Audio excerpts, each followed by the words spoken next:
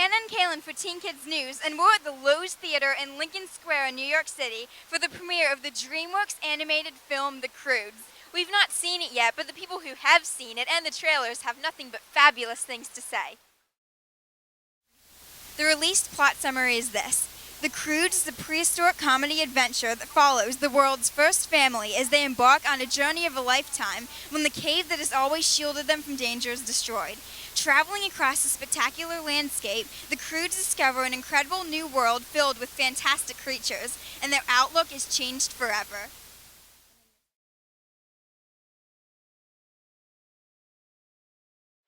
This is Hannah and Cailin for Teen Kids News, and we're here with the directors of The Croods. How are you doing? Hey, good. How are you guys? Very good.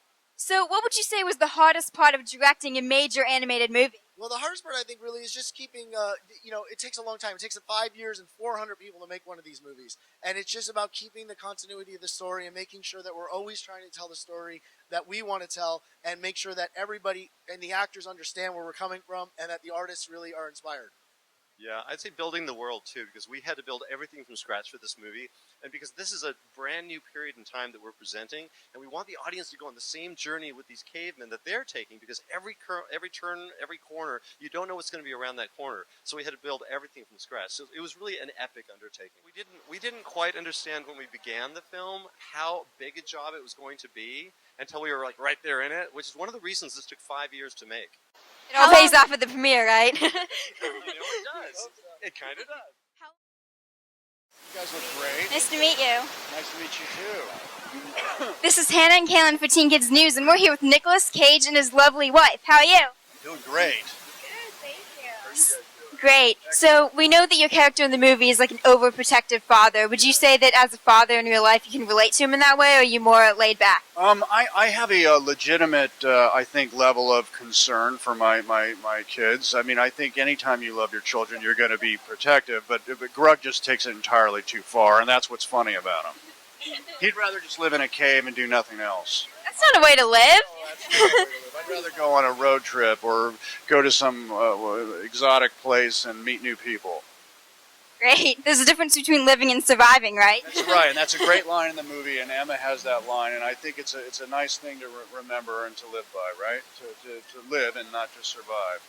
Without giving too much away, in a nutshell, what do you think families should take away after watching this movie?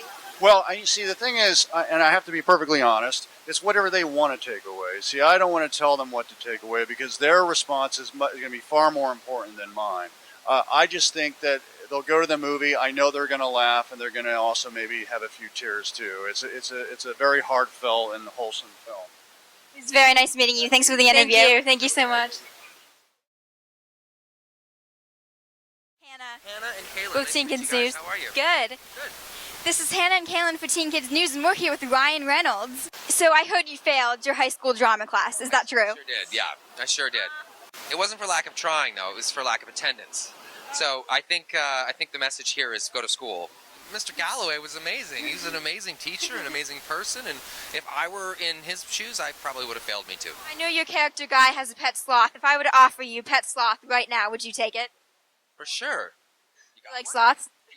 I would. Are you packing? I wish I had a pet sloth. I saw one about 5 months ago in LA. A woman was walking around with a sloth. I'm not kidding. Just walking around with a sloth. Pet sloth? Yes, it can be done. It's really do come true. Thanks for talking to us. Thank you. Hi. Nice to meet you. Okay.